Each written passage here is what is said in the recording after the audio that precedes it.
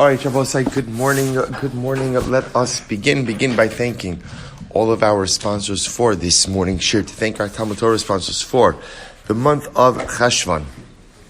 Stephen Teri is in for dedicating all the Shumer Joshua this month in memory of Steve's father, Bunim Tzvi ben Chaim. Leah Sol as a zechus refuah sheleimah for her daughter Ilana bas Esther, and the zechus refuah sheleimah for all of those wounded in Eretz Yisroel. Yonason and Wolff for a complete and lasting refuah for Refuel Yitzchak Baruch ben Esther. Jerry and Sora Wolasky in the zechus refuah sheleimah for Zecharya Dov ben Perel Shira. Azriel and Iris Miller in the zechus of the holy soldiers of the IDF, and the merit of our brothers and sisters in Eretz Yisroel. Our week of learning sponsors, Robert Emas, in honor of the Yahrzeit of his mother, Rus bas Sora, and appreciation of the entire Daf Yomi shiur. And our week of learning sponsor, anonymous sponsor, in honor of Yoni Frager's birthday. We're going to start saying that in unison in Eretz Hashem tomorrow. Yoni, happy birthday, Yoni. To thank our Daf Yomi sponsor for today, Alan Wiseman. I remember Alan Wiseman. He has not, Baruch Hashem is still in Eretz Yisroel for the celebration in honor of the wedding of his grandson, Zecharya, to Brachi Brisk tonight in Bnei Brak. Mazel Tov, the young couple in Eretz Hashem should be gebenched and should be zocha to build the Bayis Neman B'Yisrael ad 120 shanim tovos. Again, we have Alan on Zoom today, Baruch Hashem, and it's wonderful to see you, Alan. We look forward to Eretz Hashem Halavai to joining you in Eretz Yisroel. All right, so with that, let us begin. Today's daf is Ayin Gimel 73, and we are picking up on Ayin Beis on day 72b. 72b. So if you remember, again, we left off yesterday Tan Rabbanon, which is 2, 4, 6, 8, 10, 11 lines up from the bottom. So remember again, just to orient ourselves a little bit, we introduced the new sheet, the new position of the Chachamim yesterday, and the Chachamim hold that halacha l'maisa kol aratzos becheskes kashras hin omdos. Remember again, up until now we've been focusing with the model of Rabbi Meir, and the model of Rabbi Meir is that halacha l'maisa, you have Bavel, which is highest genealogical purity. Underneath Bavel you have Eretz Yisroel, and then underneath Eretz Yisroel you have all other lands. Chachamim say, no, there's a cheskes kashrus. People have a cheskes kashrus. People have a general presumption of genealogical fitness and purity, unless you know otherwise.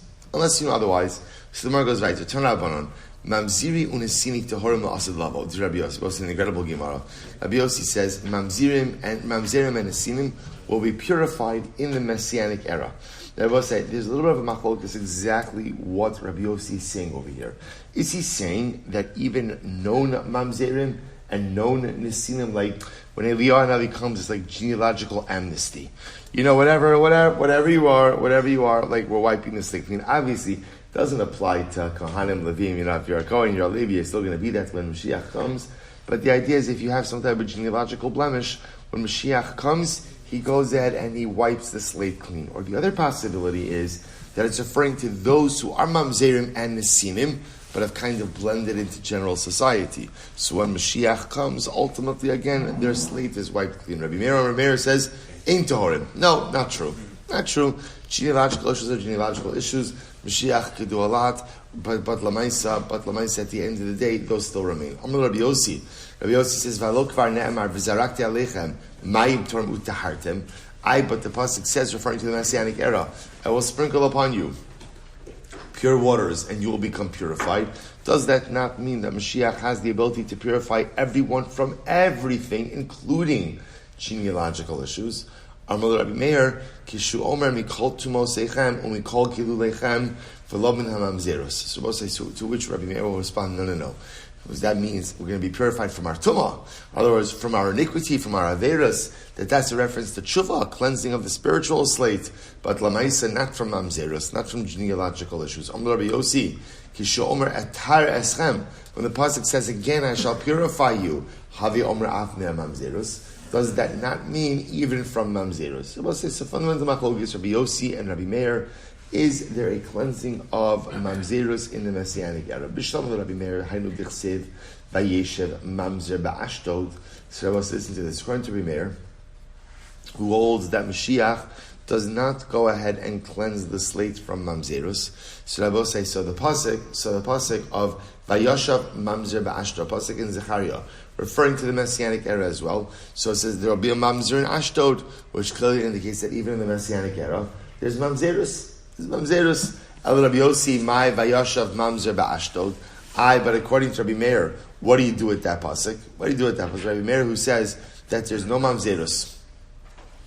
I'm sorry, just the opposite. Rabbi Yossi, my Vayashav mamzer ba'ashdod. What does Rabbi Yossi do with that pasuk? Kidmatagim Rav Yosef, as Rav Yosef explains it, Yasfun Beis Yisrael l'rachtzon ba'ar ehon dahavudamu ba l'nuchron. Both say the way Rabbi Meir, the way Rabbi Yosef understands that pasuk is as follows: Vayashav mamzer ba'ashdod. That ultimately, again, he who was once treated as a mamzer. In other words, we'll say the mamzer, to a certain degree, is a little bit of an outcast, right? Because he can't marry into the general pool. So the way Rabbi Meir, the way Rabbi Yossi understands the pasuk is that he who used to be treated like a mamzer, i.e., Klal Yisrael, who used to be relegated to the periphery, ultimately, again, now resides in Ashdod. Okay. Amar Rabbi Yehuda Amar Shmuel Halacha Rabbi Yossi. Rabbi Yehuda said, "Name Shmuel Halacha follows Rabbi Yossi, namely that mamzerim nesinim are tahar in the Messianic era." Amar Rabbi Yosef, Ilav Amar Rabbi Yehuda Amar Shmuel Halacha Rabbi Yossi Hava Ase Elio Mafik Minin Savrani Kolarin. Rabbi Yossi, listen to this. So Rabbi Yehuda says, right? Rabbi Yehuda says, had it not been, So Rabbi Yosef says, had Rabbi Yehuda not said that halacha is like Rabbi Yossi, that Mashiach purifies mamzerim, when Mashiach comes, he would have been leading out groups and groups of genealogically impure people. In other words, we'll say, if we, essentially what the Gemara is saying is like this: if we don't subscribe to this idea of Rabbi Yossi, namely that Mashiach purifies the mamzerim, it's trouble. It's trouble. This is the best thing for Klal Yisrael that could happen. When Mashiach comes, the genealogical kind of table is reset. Otherwise, Mashiach would be leading out throngs of genealogically unfit people. Okay, so that's the end of that. How do we paskin? I don't know. We'll have to see. How Halavai will be Zochar Mi'aretz Hashem. Amongst the many interesting things that we hope to observe when Mashiach comes, we'll have to see what exactly will happen with those who have these genealogical blemishes. Will they be cleansed, right, and kind of like the genealogical table reset? Or at the end of the day, do their genealogical blemishes still remain? To be determined in Eretz Hashem B'Karov. Says the Gemara, Tana Baron, Ger no se mamzeres. Did Rabbi Yossi. Rabbi Yossi holds that a ger, a convert, has the right to marry a mamzeres. Right? We'll see exactly why that is. We'll say, by the way, the same thing would apply that a mamzer can marry a giores. They're just phrasing it. Remember, again, these things work.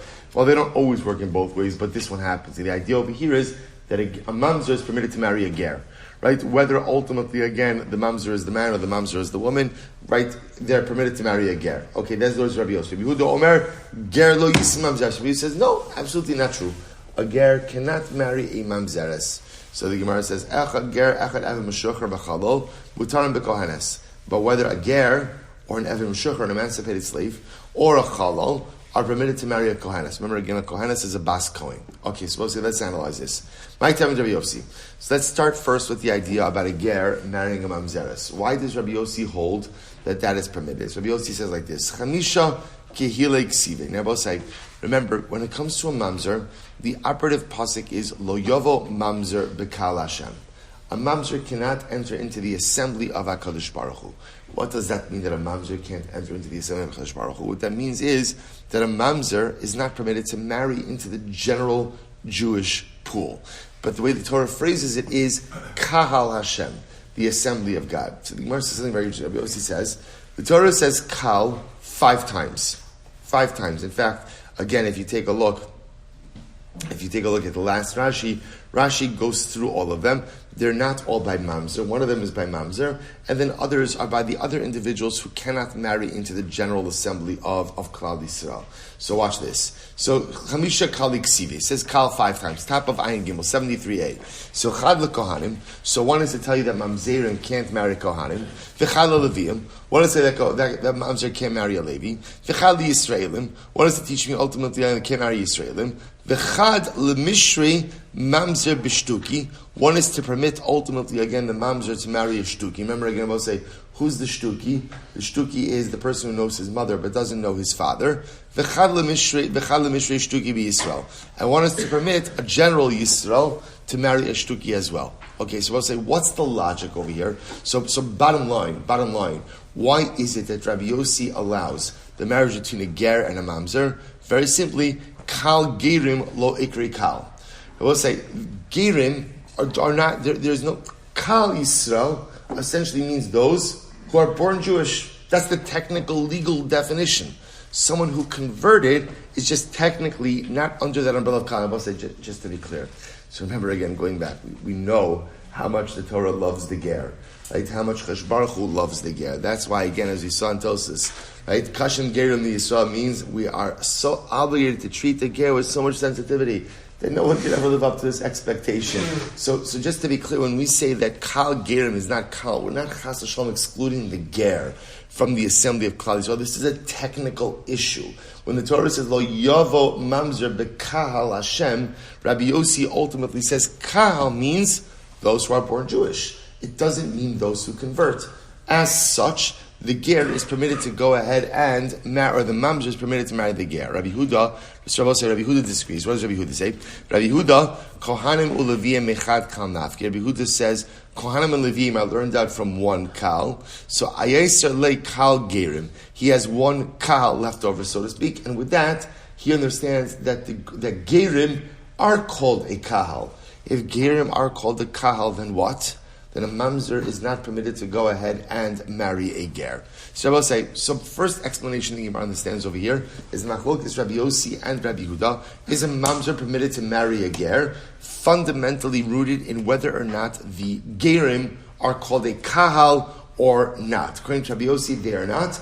Therefore, again, a mamzer can marry them. According to Rabbi Huda, they are, and therefore a mamzer can't marry them. Good. People say the other possibility is hachanami trei kali ninu. So we'll say the other possibility is no. We use both kals. So mamzer b'shtuki ushtuki b'yisrael mechad kal nafka. But you could condense or consolidate some of the limudim, some of the drushes. And ultimately, again, mamzer marrying a shtuki and a shtuki marrying a Yisrael, you can learn from one kal. Okay, lo yavo mamzer bekal Hashem. So Baruch said, furthermore, again, there's another interpretation when it says a mamzer cannot marry into the kal Hashem. Mamzer vaday huda lo yavo ha mamzer safek yavo. Now Baruch say this is very important. The prohibition of a mamzer to marry into kal Hashem, to marry into the General Assembly, is only a mamzer vaday. Mamzer vaday. There is no such thing in halacha as a safek mamzer. Very interesting, right? You would have thought safek mamzer, safek da'oraisa l'chumra, doubt in biblical law, we resolve it stringently. There's no such thing as safek mamzer in halacha. So the Torah says, Yavo mamzer b'kal Hashem. Mamzer means mamzer vaday. If you're not a mamzer vaday, then what are you? Regular guy. Right? Regular guy. So halacha l'maisa only plays mamzer vaday. But kal vaday hu d'lo yavo. Furthermore, the mamzer can't marry into the kal vaday. Who can he marry? Ha bekal safek yavo, but he can marry into the kal safek. Who's the kal safek? That's the shtuki, that's the asufi, right? These are the individuals. We'll talk about them in just a little bit. Whose genealogy is not totally known. So the other possibility is hani navi trei kahalininu. No, these also are considered to be two distinct kals. But time with Rabbi Huda mihacha. So Rabbi Huda was remembering Rabbi Huda who says that a ger cannot marry a mamzer. He learns out from the following: Hakal chuka achos lochem v'lager hagar. So that's Rabbi Huda ultimately again derives his drush. Rabbi Yossi chuka achos hifsika inyan. He understands that the phrase chuka achos ultimately again divides the subject matter. Echad ger ve'echad eved mishur. So both say, okay, so that's our first part over here. That halacha l'maisa fundamental machlokes. Can a ger marry a mamzeres or not? Rabbi Yehuda is saying no. Rabbi Yossi is saying yes. Rabbi Yossi, at the end of the day, we're going to see the fundamental machlokes is really rooted in the first interpretation. Do we call kal gerim a kal or not? Is the community of gerim called a kal? So again, if it is, then a mamzer cannot marry a ger. If it's not, then a mamzer can marry a ger. That's the fundamental halacha. Just hold on to it, Emir Hashem. We'll come back to that halacha in just a moment. Shavuot says, so let's go weiter. So first of all, let me just tell you, we do paskin that a ger is permitted to marry a mamzeres, or a mamzer, a giores. Now, remember, the marriage is permitted, but what doesn't that marriage prevent? What doesn't it prevent? The transmission of mamzeros. So in other words, they are permitted to marry. Right? So a ger is permitted to marry mamzeres, mamzer is permitted to marry giores, but remember, their offspring will be a mamzer. So the marriage is permitted, but ultimately, again, no different, by the way, than if two mamzerim marry each other, permitted marriage. But again, the mamzerus is still transmitted, right? We saw both say the only way to stop the transmission of mamzerus. Remember again, the only way to stop the transmission of mamzerus: steal, be sold into servitude, right? Go ahead and marry a shivcha, have kids with her. Right? She could be freed afterwards, and then ultimately, again, those kids are not mamzerim.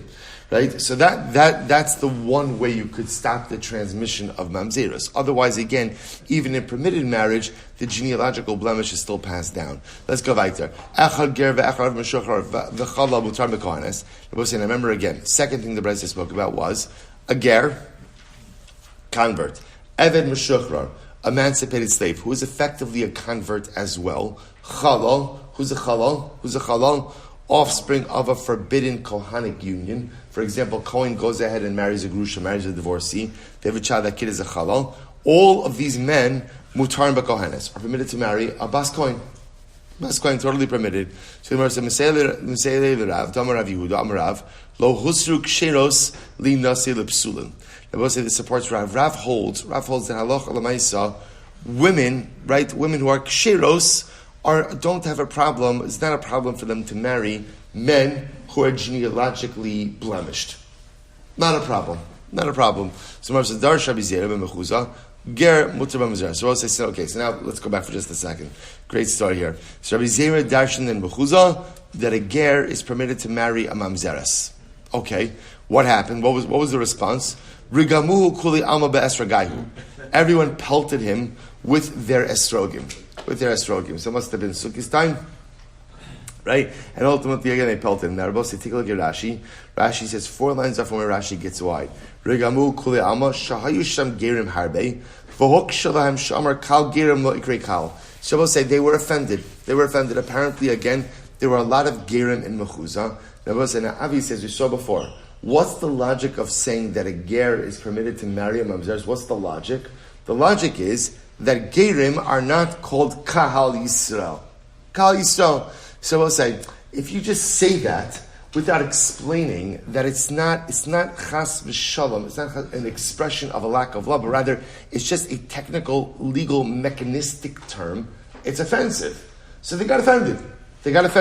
What did they do when they got offended? They pelted him. They pelted Rabbi Zera to Esrogim. Amar Rava says, Mi ika de darash milseki ha. So Rav says, Rabbi Zera, come on, man. Right? It's not exact quote, but come on.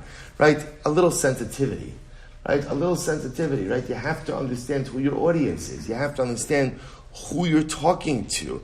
If you're there's a way to give over this halacha, but just understand that there are many gerim in the audience, and you have to be sensitive about how you're giving it over. So Darash Rav Mechuza, so it says this. So Rava also gave a shir in Mechuza. And what did he say? Ger mutar b'kohanes. He said that a ger is permitted to marry a kohanes, right? A male ger is permitted to marry a bas kohen. So ta'anu b'shiroi. They showered him with silk. So meaning they were very happy, very appreciative. Why? Because he built those. At the end of the day, people just want to feel valued.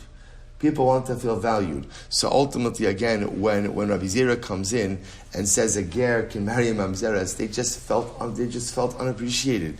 They felt marginalized, peripheralized, and they responded, okay, we're not. To be clear, we're not condoning the response. In general, don't pelt anyone with your esrog.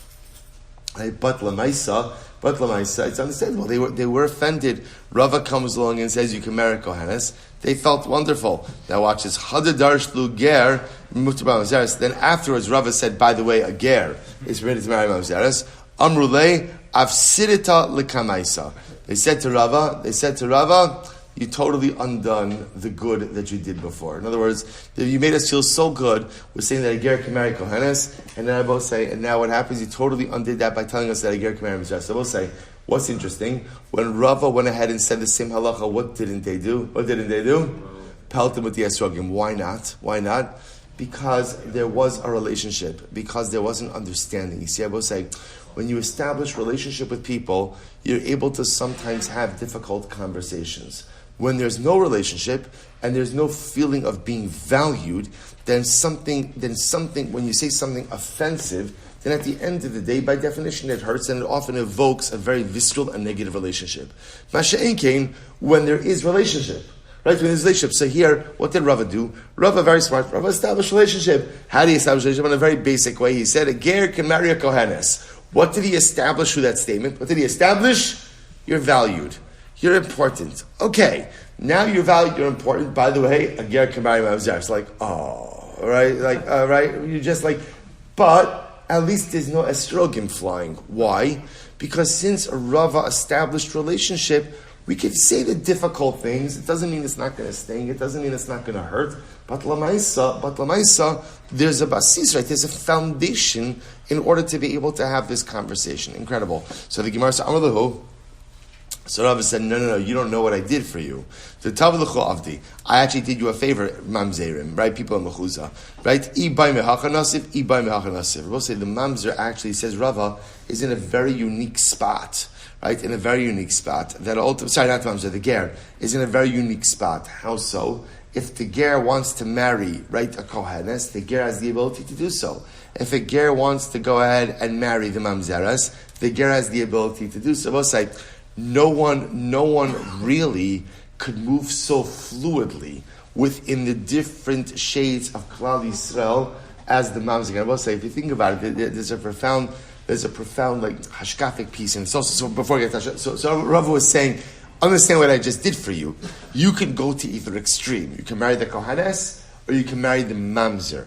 No one else in Klal Yisrael has that marital fluidity or that marital flexibility like you gerim do. So we'll say, if you think about it, even from a hashkafic level, we'll say, what is incredible about the ger? Right? Think about it for just a moment. What does the ger teach us in the most dramatic and overwhelming way? That change is possible. That change is possible, right? Who is the ger? The ger takes a personality that looks like X and just totally, fundamentally changes it into something dramatically different. The ger is the most evolutionary species that exists within the universe, right? The ger says you could be born one way, live one way, and then just decide that you want to be someone fundamentally different, and you could do it. So perhaps again that's even manifest in halacha as well, that the ger is kind of able to go to different pockets in Klal Yisrael and be able to fit in. So the ger can marry the mamzer, the ger can marry the kohenes, and it works. Why? Because ultimately, again, when you establish within yourself that fluidity of personality, right, that fluidity of identity, that you could go ahead and literally change yourself so profoundly and fundamentally and cathartically, that allows you to travel in different pockets of Klal Yisrael as well. Something to be learned. Maybe that's another pshat, ultimately, again, in Kasha Gerim Yisrael. We'll say, you know why Gerim are so difficult for Klal Yisrael? Because the ger is a little bit of an indictment for the rest of us. Why? Because the rest of us, we like to speak about change. But change is one of those things where we talk about it, and then inside, right? I'm going to change, and then what's the voice inside of me? I'm not changing anything. Right, this is it. This is it, right? This is it. I could, maybe make some cosmetic stuff, but at the end of the day, I'm not changing. And I will say, this is where gerim are difficult for us. Why? Because the ger comes along. And what does the ger show the world? The ger shows the world that not only is change possible, but dramatic change is possible.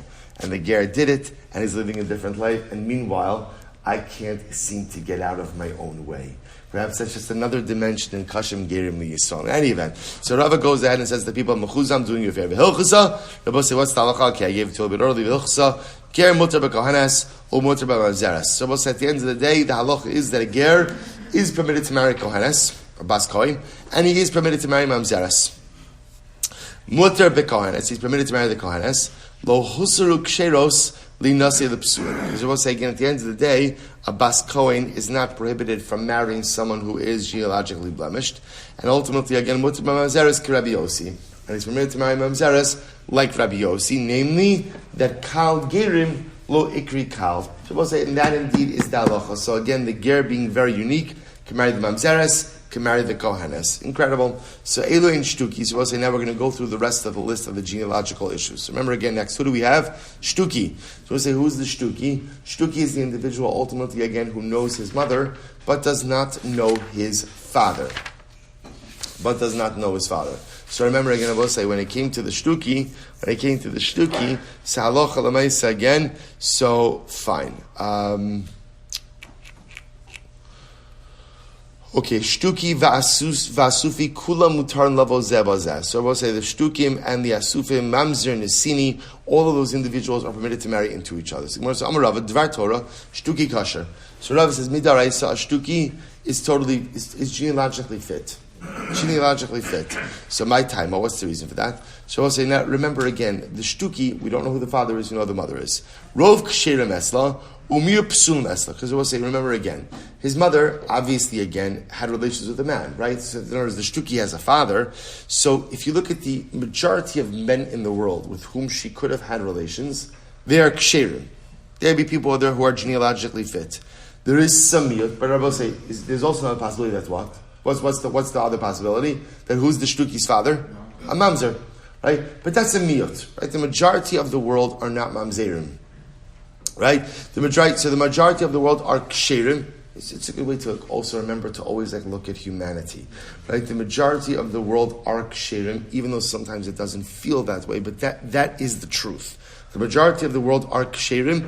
The minority are mamzerim. The Gemara says, so therefore again, umil psul esla. V'azli inhu legabal. So ultimately again, if ultimately again the man came to have relations with the woman, then called the parish meruba parish. In other words, we have a principle that ultimately again, whatever the man is coming from the rove. So the Gemara says, my armor. So what do you have to be concerned about? Dilma azli ihi legabayhu. Maybe ultimately again she's going to the man to have relations. Havile kavua v'chol kavua k'mechza mechza. All right, let me just illustrate this to you quickly. We've seen this concept before. If you have 9 stores that sell kosher meat and 1 store that sells non-kosher meat, so I will say you find a piece of meat in the street. What's the halacha? Kosher. Why? Called the parish miruba parish, because we assume that whatever separated, so to speak, from the stores came from the majority is kosher. What if you go into a store to buy a piece of meat and you don't remember? Did you go into the kosher store or the non-kosher store? So we'll say that's a different. That's kol kavua. If you go to the place of kvios, a fixed place, then that's k'mechza mechza. Ultimately, again, that creates it like a 50-50 situation, in which case the piece of meat would be aser. Again, we're not getting into the technicalities over here of that, or the logic behind that. That's just the halacha. So the Gemara says like this: if the man came to her, the mother of the shtuki, to have relations, then we say called the Perel Shira parish. Whoever comes, right? Whoever comes to her comes from the rove. The rove of people ultimately again are ksherim. What do you have to be concerned about? Maybe she went to the man to have relations. Then that's a case of kol kavua. She went to the fixed place, so to speak. Mechza. Then it's a 50-50 situation. Maybe he's a mamzer, maybe he's a apostle, maybe he's not. So the Gemara says, maybe that's your concern. To which the Gemara says, Vatora Amra, lo yavo mamzer vadehu de lo yavo, ha mamzer safek yavo. Shabbos said this is very important. This is good, that's what we saw before. So it's a good kasha. So why isn't the shtuki at least a safek mamzer? Right? Remember again, we don't know who the shtuki's father is, that's the ochab. So why isn't he at least a safek mamzer? And I'll say, what's the answer to that? What's the answer? There is no such thing as safek mamzer. Right? Either you're a mamzer or you're not a mamzer. Right? In halacha, there's no category of safek mamzer. Lo yavo mamzer b'kal Hashem means you're only a mamzer if you are a vadai mamzer. So at most, the shtuki is a safek mamzer, and there's no such thing as safek mamzer in halacha. Furthermore, again, b'kal vadai hu lo yavo, and furthermore, again, just this has nothing to do with our Gemara. It's just all part of the same drasha. The mamzer cannot come into the kal vadai, right? But habekal safek yavo. But ultimately, again, he can come into the kal safek. Okay, umatam amru shtuki pasel. So I will say, if that's the case, So why is the shtuki genealogically blemished? In other words, if at the end of the day, and most what you've got with the shtuki is, and most what you've got with him is a suffix mamzer. But there's no such thing as suffix mamzer. So then why is he considered to be genealogically blemished? Listen to this. So Gzeira Shema Yisa Acho Some Aviv. Interesting, we'll say, what are we concerned about? Because we don't know who the shtuki's father is, what do we have to be concerned about? That maybe when he goes and he meets a nice young lady, maybe her father is his father. We don't know. So if that's the case, shtuki is lo yisa, then one shtuki, right, a male shtuki shouldn't be able to marry a female shtukis. Right? Why? Maybe they have the same father. So the Gemara says, Shema yisa choso me aviv. So the Gemara says, 1 second. Kol kihani mizana va'azli bashtukis. I don't understand. Do we assume that what? That one guy decided that his life mission is to become the father of shtukim? Right? Again, everybody needs a hobby, right? So right? That's it, right? This is it, right? This we assume like it's the same guy who's just impregnating women all over the place. Like, is that like a reasonable concern? To which the Gemara says, Ella, Kol Gyanim Mizana va'azli bashtukis lo yisa shema achos aviv me'aviv shema yisa achos me'aviv ella lo shchicha. Rather, Rabbi said, no. A shtuki can marry a shtukis. Why? Because Rabbi said the statistical probability that they have the same father is totally remote. Hachanami lo shchicha. Well, if you're going to say that by a shtukis, Rabbi said, then you should say that by anyone. In other words, what is the probability that when the shtuki meets a regular Jewish girl that they have the same father? They have the same father. To which it's not shchiach. Ella maila asabiyachsin. You're right. I will say at the end of the day, the Gemara says the reason why a shtuki is considered to be genealogically blemished, Rabbi say, is just in order to uphold a higher standard by yuchsin. And as Rabbi say, this goes back to our previous discussion, which is that halacha l'maisa, maintaining some semblance of genealogical continuity, or I should say some heightened genealogical, is necessary for the existential continuity of Klal Yisrael. Right? So therefore, again, what Chazal said is, if you don't know who your father is, that creates a genealogical issue. It can limit the people you can marry. Why? It's just an extra stringency to go ahead and uphold genealogical purity. That's all. Or right, a sense of genealogical continuity. I shouldn't call it genealogical continuity. Okay, but Rava says similarly again, Asufi. Tvar Torah Asufi kasher. We'll say, who's the Asufi? The Asufi is, we don't know either of the parents, right? The Asufi is a child who is abandoned and then raised by other parents, right? An adopted child who does not know his genealogical parents. So Rava says, Midaraisa, an Asufi is totally kosher. My time, I will say, what's the logic? Eishes ishba baila tola. So I will say, because remember again, why? So I will say, here's what's interesting, is the Gemara is trying to understand, why does someone abandon a child? Why does someone abandon a child? So we'll say, obviously, that's a complex question on a variety of levels. We're going to get into this a little bit. I will say, it can't, so you think to yourself, maybe it's a woman who committed adultery and became pregnant through her adulterer. That can't be it, because it was that she could just as easily attribute that baby to her husband. Right? She's married. So she could just as easily say that she's pregnant from her husband. Right? So Ma'ika, what are you worried about? Ma'ika miut arusos umiut shahalach balam medinas hayam. So I will say, what you do have over here is that halacha l'maisa, either a woman who's in arusa, in which case, if she becomes pregnant, I will say, again, that's a bit of an issue because she's not yet living with her husband, or a woman whose husband is overseas. And therefore, again, if she becomes pregnant, obviously it's not from her husband. So, Kevan deika pnuya, veika nami demach masravon, have palga. I will say, okay, so you have those two women. Now remember again, those children will be mamzerim. So essentially what we're trying to figure out is, when you find an asufi, why don't we assume that kid is a mamzer? Right? So I will say, so on one hand, maybe there is grounds to say he's a mamzer, because maybe his mother was an arusa, with erusin to someone else, became pregnant from another man, and abandoned the child, who's a mamzer. Or maybe it's a married woman whose husband is overseas, she committed adultery, she gives up the baby, also mamzer. But there are other cases. What are the other cases? The other cases is penuya. You could have a girl who just conceived out of wedlock, and again doesn't want to raise the child, and therefore abandons him, chas v'shalom. Or, right, famine. famine, years of famine, a couple, maybe just a totally legitimate couple, feels they cannot go ahead and support this child, again, abandons the child. So therefore, have palga upalga. So what you see over here is that when you find this asufi, when you find this child in the shuk, in the marketplace, abandoned, there's competing narratives. Could the child be a mamzer? Could the child be a mamzer? Is it possible? Yeah, absolutely. But there's also other possible explanations over here. So therefore again, what does that make it? What does that make it? At most, suffik mamzer. And what's the halacha by suffik mamzer? What's the halacha by suffik mamzer? The Torah amra lo yovo mamzer bekal Hashem mamzer vadehu de lo yovo ha mamzer suffik yovo bekal vadehu de lo yovo ha bekal suffik yovo.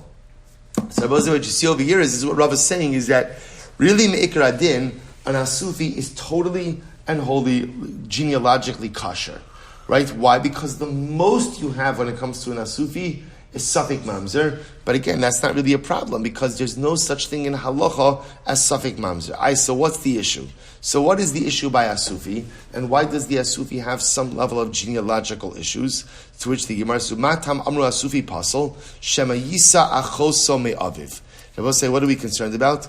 We're concerned that maybe the asufi will ultimately marry his paternal sister. As I will say, the asufi doesn't know his father. So maybe one day he's going to meet a nice young lady, and it turns out they have the same father. Ella me'ata asufi asufas la'yisa shama yisa achoso be'me ava be'me imo. I will say, but one second, I'll tell you even better. If that's the case, the asufi shouldn't really be able to marry anyone. Because I will say, why? At least the shtuki, right? At least the shtuki, he at least knows what? He at least knows what? Who his mother is, right? So the shtuki at least knows his mother. So okay, so the asufi doesn't know either parent. So even one asufi shouldn't be able to marry another asufi. Why? Because maybe he meets someone else. Maybe they literally have the same parents. To which the Gemara says, that doesn't make sense. Kohani shadi va'azli, right? The Gemara says, Kohani shadi asufi. So we'll say, so again, do we assume that once people abandon one child, they keep on abandoning other children? So the Gemara says, Bas asufi lo yisa shama yisacho. So elo lo shchiach. Rather, Rabbi say, what you have to say is, come on, what's the probability that when an asufi meets an asufis, that they have the same parents? That's not shchiach, right? That doesn't make sense. Hachanami lo shchiach. So I can make that same argument by any case. Whenever he meets someone, what's the statistical probability that they share the same parent? Ella maila asabi yochsin. Shabbos, you see, it's the same answer, both by the shtuki and by the asufi. Shabbos, let's kind of bring this together over here. So halacha l'maaseh, here's what we have. The shtuki, he knows his mother, doesn't know his father. Asufi doesn't know either parent. Rava tells us that midda oraisa, these individuals are 100% genealogically fit. Right? What's the concern? Because we will say at most, what's the concern both by the shtuki and the asufi? What's the concern? Suffik mamzer. And again, what do we say by suffik mamzer? No such thing as suffik mamzer. Lo yavo mamzer bekal Hashem, only mamzer vadai, not a mamzer suffik. So therefore, again, there's no mamzerus. There's no mamzerus. Ultimately, again, when it comes to the shtuki or the asufi. So therefore, I both say, so what's the issue? So then why are they considered genealogically blemished? Maila asubi yochsin. Essentially, it's a chumrah by genealogy. By genealogy, we're just very machmir, right? Again, in order to maintain some level of genealogical continuity and purity, and therefore, again, because the paternity of these individuals is not 100% known, therefore, again, they are relegated to a different status. Again, I will say, it's not discriminatory, and it's not, again, I will say, and it's not elitist. It's, again, in order, it was what I was talking about by conversions as well, right? You have to have a system. If you don't have a system and you don't strive for genealogical fitness, for some semblance of order, you see this with other streams in Judaism that are not necessarily careful with maintaining some semblance.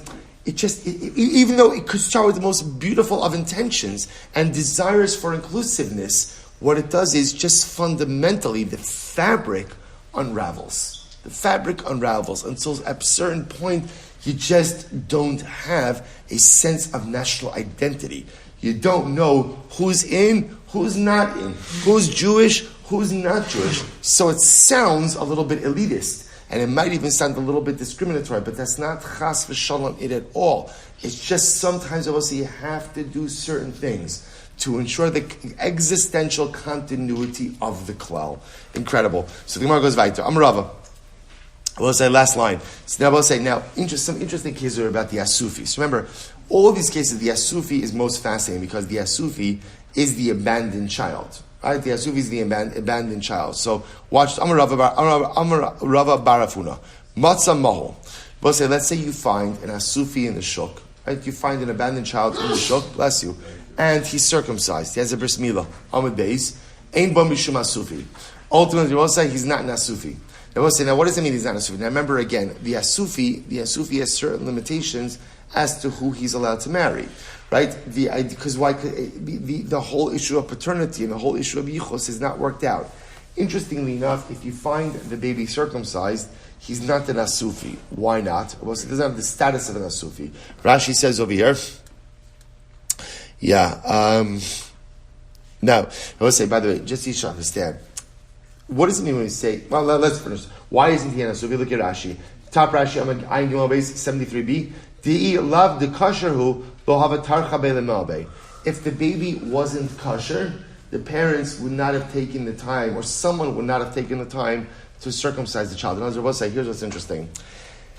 The Asufi, at the end of the day, has this suffix status. Right? Now again, not a mamzer, because there's no such thing as suffix mamzer, but a suffix status. Now, listen, now understand, what is the ramification of being an Asufi? Halach ramification. Really, at the end when we say you're an Asufi, what does that mean? So practically what it means is, you're allowed to marry a mamzer. Right? That is what it means. Why? I'll say, the Rambam Paskins over here, the Rambam says,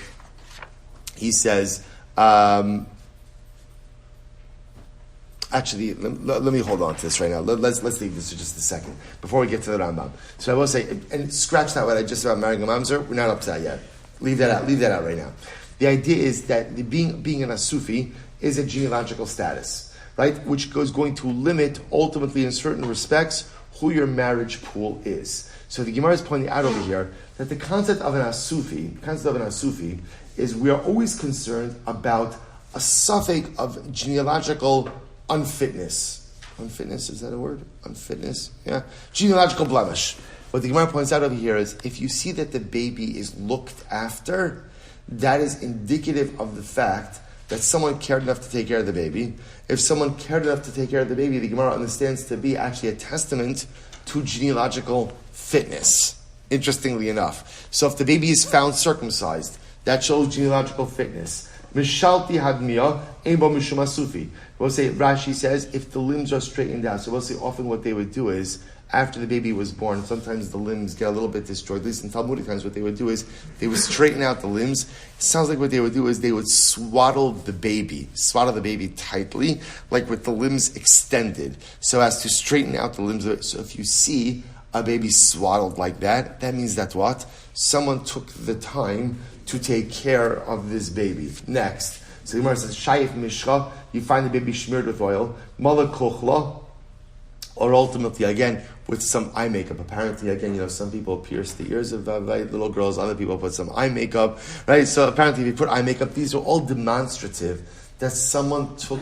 care of this baby. If someone took care of this baby, then Lamaisa, again, it means it's not an Asufi. So the Gemara says, Rabbi Chumri, ultimately, again, if they tie like a little spice packet around the baby's neck, Tali Piska, or a little piece of paper like an amulet, Tale Kima, an actual amulet, not in writing, Ein Bo Mishum Asufi. I was saying, all of these cases, Halacha L'Maisa, the baby doesn't have the status of an Asufi. Now, what's the logic? Take a look at Rashi. Ein Bo Mishum Asufi, Di Pasal Hava. So I will say, the assumption is that if the baby was genealogically unfit, Lo Hava Metaknele, Hoil V'daita Lahashlicha. So here's what's interesting. So if, in other words, if you the typical case of a shtuki essentially is an abandoned baby who's not cared for. That's the concern, that maybe this baby is genealogically unfit and it was cast away because of this genealogical unfitness. But if you go ahead and you find the baby who is cared for, who is looked after, again, in one of these aforementioned ways, then that is indicative that the baby comes actually from a kosher union, but was cast away for different reasons. What are the reasons? What are the reasons? So most notably, finances. A family could not afford to take care of this baby. But what did they ensure happened? The baby was circumcised, the baby was looked after, the baby was was wrapped up, was straightened out, was smeared with oil, whatever it is. It's very interesting. So if the baby is clearly looked after, that is indicative that it does not have the asufi status. Incredible. Someone gives other examples of this. Tali b'dikli, what if you find the baby's basket hanging on a palm tree? So if the basket is hanging low enough that an animal, a predatory animal, could get the baby, then that's an asufi. In other words, that's clear. And then the parent put. In other words, we'll say the idea is an asufi is when there's some element of disregard for the child, right? But so if the basket is hanging from the tree and a predatory animal could chas v'shalom get that means whoever put the baby there didn't care enough about the welfare of the child. Imlav, but if the basket is placed in a secure enough way that a predatory animal cannot get it, then im ba mishum asufi. Zardasa, if the baby is placed on a sorb tree, smicha lamasa, if it's near the sea, yeshom mishum asufi, then it's an asufi.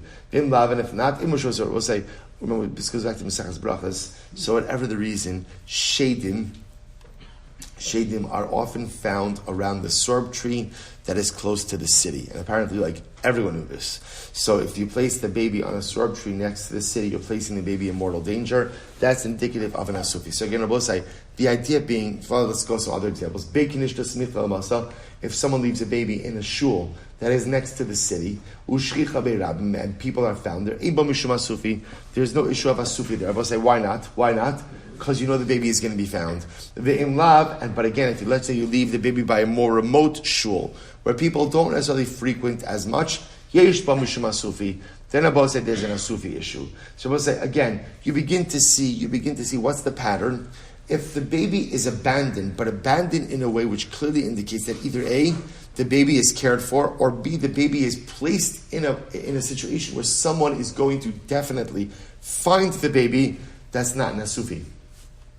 That's not halachic asufi. So I will say, what drives the designation of asufi is that we are concerned that this child came from either an illegitimate or forbidden union. And the way that's often manifest is a lack of care or concern for chas v'shalom, the abandoned baby. But when the baby is clearly cared for, the baby is clearly looked after, but abandoned nevertheless, that indicates that it's not a genealogical issue that's driving this, but rather there's some other issue, probably most notably a financial issue, that leads the parents to abandon the baby. Amar Meimar, Hai Perel the Sufli, Yesh Bo Mishum Asufi. So we'll say, what's Perel the Sufli? Rashi says over here, Rashi says, Perel the Sufli, Nimsa Bechafira Hasui Lahatil Sham Garine Timarim. So I'll say this was a pit in which they would discard date pits. A pit in which they would discard date pits. So if you find a baby in there, that baby is an asufi, right? Charifta dinara in b'mishum asufi. The channel by a river, where again a lot of people would be found in that area, no asufi. Pashri yesh b'mishum asufi. So as Pishra Rashi says, is makom shipua hanar idea of shar shlagim, a place where like the snow from the mountaintops melts into it. That's ultimately again asufi. So again, different areas. Sidir Sarabim, if you find the baby on the sides of Rishus Harabim, ain't ba mishum asufi. So let's remember again, what's the chab? Sidir Sarabim is, it's public enough that what? Someone is going to find the baby, but not such dense pedestrian traffic that the baby is going to be trampled. On the other hand, Rishus Harabim, yesh ba mishum asufi. But say, if you leave you find the baby in Rishus Harabim, a baby abandoned in Rishus Harabim, that is an asufi. Right? I say, placing a baby in Rishus Harabim is what? Placing the baby in mortal danger. So again, if there's such blatant disregard for the welfare of the baby, then ultimately that's indicative that it's an asufi. V'amar Rava says, "Ubishnei re'avon ein bo mishum asufi." Rava says, during years of famine, there is no status of asufi. Now I will say, what's the idea over here? What's the idea? During a famine, Rahman al-Islam, it was, common, but it wasn't foreign for a person to abandon their child, a person to abandon a baby. They could not support the baby, they could not feed the baby. So therefore Rava says, there's no din of asufi by a famine. So the Gemara says, Had Rava ahiyah. Which statement, which affirmation statement is Rava commenting on? Ilima Arushus Harabim. If he means to say that during years of famine, even a baby abandoned in Rishus Harabim is not an asufi, that can't be. The Gemara says, "Aidi d'shnei avon kat lalei." So we'll say, I don't understand. The issue of leaving a baby in Rishus Harabim, I'll say, is you're placing the baby in mortal danger. What does it matter if it's a famine or it's not a famine? Ella asidi Rishus Harabim. Rather, must be talking about again leaving a baby on the sides of Rishus Harabim. That doesn't make sense. My area shnei avon afilu below shnei avon. So we'll say by Siddur Shrabim, even if it's not a famine, we said that that's not an asufi. Elo ki itmar de Rava aha. Rather, Rabbi say Rava was commenting on the following statement. Don't Rabbi Yehuda Amarav. Rabbi Abba Rabbi Yehuda Parzvidi Amarav. Kolzman shebeshuk. We'll say, listen to this. Let's say you find a baby in the marketplace. As long as that baby is in the marketplace, aviv v'imo ne'amanim alav. His parents are believed regarding it. Now, what does this mean? So take a look at Rashi. Watch the following case. I'm walking in the marketplace. I find a baby in the marketplace, an asufi, right? I pick it up. Right after I pick it up, I just said, okay, Baruch will put this baby in my way. That means I'm going to raise it as my own. What happens? Two people, man and woman, show up and say, just want you to know, that's our kid. Right? Thank you for agreeing to raising him. Right? That's our kid. So I'll say the halacha is the parents are believed. As long as the baby is still in the shuk, the parents are believed. So the Gemara said, Nesaf min hashuk, once the baby is removed from the marketplace, then what? Ein ne'emanin alav. They are no longer believed regarding the baby. My time, but what's the reason? Amarava, hoil v'yatsa alav, shem asufi. So I will say why, because essentially when the baby is still in the marketplace, the baby doesn't yet have the identity of asufi. Once the baby is removed from the marketplace, so therefore before it has the concretized identity of asufi, the parents are believed to come along and say, that's our kid, he's kosher. Fine. Once he's collected from the marketplace, once he moved from the marketplace, then he, again at that point, he has the concretized identity of asufi, the parents are not believed to say that's our kid. Rava says, if it's a time of famine, so Rava comes along to say that if it's a time of famine, even if the baby was taken from the shuk, nevertheless what? The parents are still believed to say, that's our kid. So we'll say that's the qualification of Rava. Incredible. We'll say there are three people who are believed as long as they provide their statement immediately. Who are the three people? Elohein Asufi, Chaya is a midwife, Upoteres Chavrosel, and someone who exempts her friends. So Asufi Adam. So we'll say the Asufi case, that's what we just said. Right? That in a case, a non-famine year, a non-famine time, right? I find a baby abandoned in the marketplace. I pick up the baby. Parents come along and say, that's our kid. Shalom Aleichem, Haslacha, right? Good luck. Right? And they leave. They are believed to say that's their kid, solidifying the baby's genealogical fitness. Fine. That's the case I was saying. But only if they come and identify themselves when the baby is still in the marketplace. As you know, we'll stop over here for today. We'll pick up Amirat Hashem with the next two cases tomorrow. Osai Shkoyach. Incredible Gemara.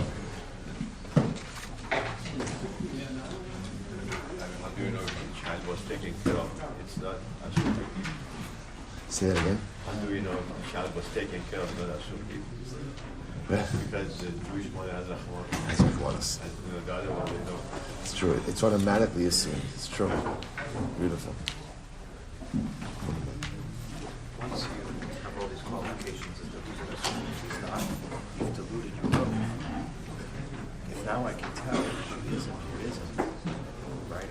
And before we said he was suffering because we didn't know. But now I can really point to his genealogical. No, because you still have rov pnuyos. You still have a rov that he's still cut. In other words, you still have that rov people that she would have had a baby with our sharing. You still have that. But if he's kosher, it wouldn't have been enough, right? We're making a difference. I think it's more like this. I don't think that's what it is. I think that it's like, if you have this, then you know that he's kosher. That's what this is. But that doesn't change the fact that in a stam case, rov ksheir mesla.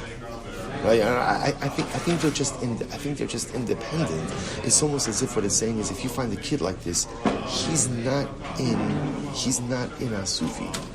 In other words, he's not in that parsha. It's removed from there. But still, when I look at Asufi, I still have Rov B'Shem Etzla. I think that's the way it's understood.